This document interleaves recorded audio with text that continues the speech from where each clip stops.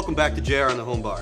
Hope you had a good time last week and that your carrot juice cocktail was a success. So this week we're going to be making foaming cocktails. There's a number of different ways to do that, but we're just going to be focusing on 3. We're going to be using pineapple juice, which just naturally foams, which is wonderful.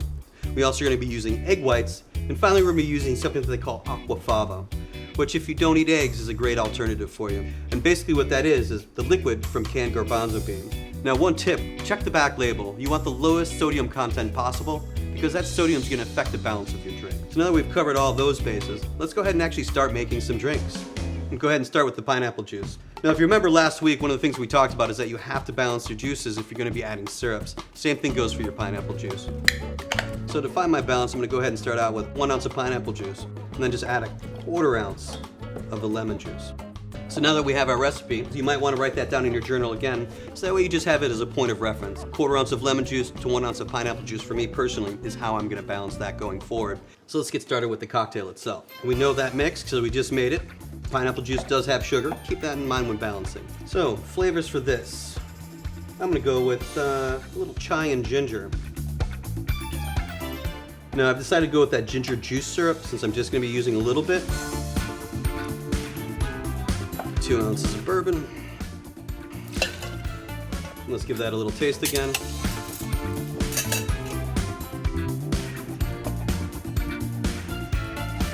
Maybe just a hint more pineapple and we'll be good to go. So now we know we're using 1 1/4 ounces of pineapple in this cocktail. Add some ice and shake it up.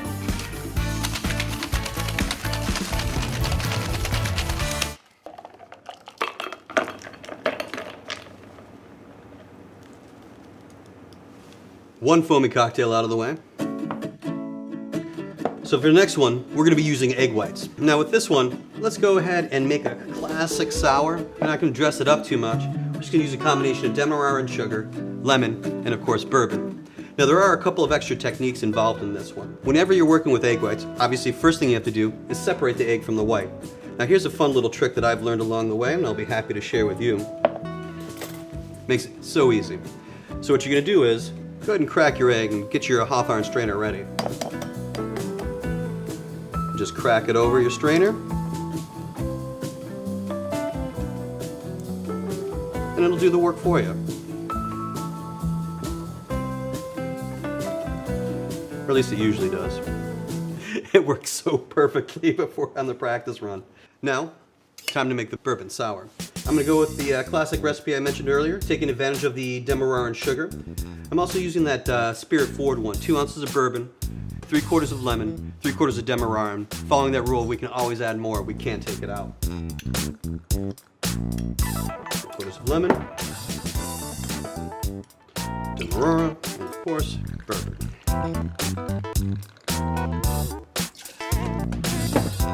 All right. So at this point, go ahead and add that egg white. Next, we're going to be doing something that's called a dry shake. And what you're doing there is you're just shaking everything without the ice. And the reason we're doing that is that we're trying to get like air in there as much as possible and get it good and foamy. So here's another little tip for you if you want to go that extra mile. Is if you take your spring off of your Hawthorne and drop it right in there, it's going to help aerate it that much more. You want to shake this for 10 seconds. Like I said, there's no ice in here, so you don't have to worry about damaging anything. So just really get it going.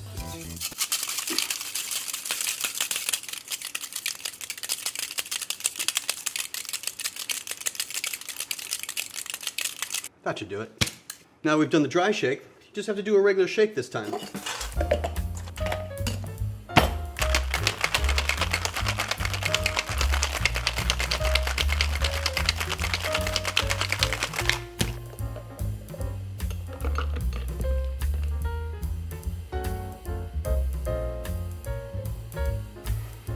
And that is a bourbon sour with demerara and sugar and an egg white. Look at that beautiful foam. Now, not only does the egg white add that foam, it also adds a little bit of mouthfeel and body. It makes it a more decadent drink. Delicious. Delicious. So the final one we have is making drinks with aquafaba, aka garbanzo bean juice. Now, just a tip for you on this. Being that the garbanzo beans do have flavor and there's a bit of sodium to it already, we're going to keep an eye on how much sugar or other things that we're adding, because the salt in there will kind of work in the same way that sugar does to balance the acids. So we'll just take a few extra tastes to make sure that we're getting it right. So we're just gonna go ahead and strain out that liquid, and this is what we're gonna be using. I usually get about 3 ounces of liquid out of a can, which is enough to make 3 cocktails. You're gonna be using about 1 ounce of aquafaba per drink that you make.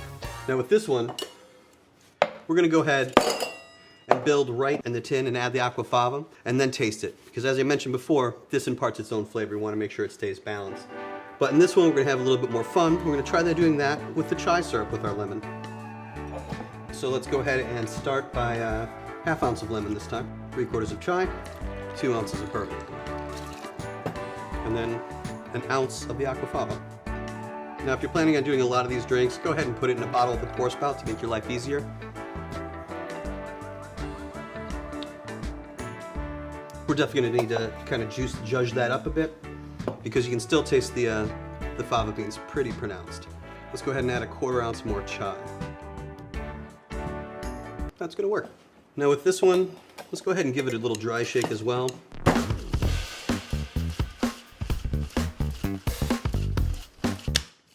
And then with ice.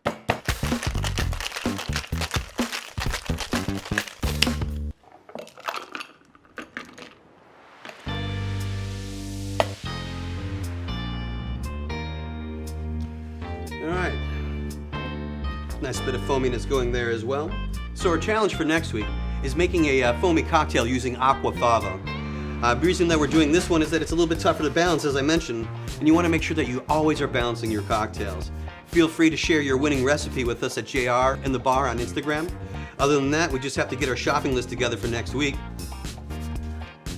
So our list for next week, we're gonna need mint, lemons, and of course, any other sweeteners that you might be running low on.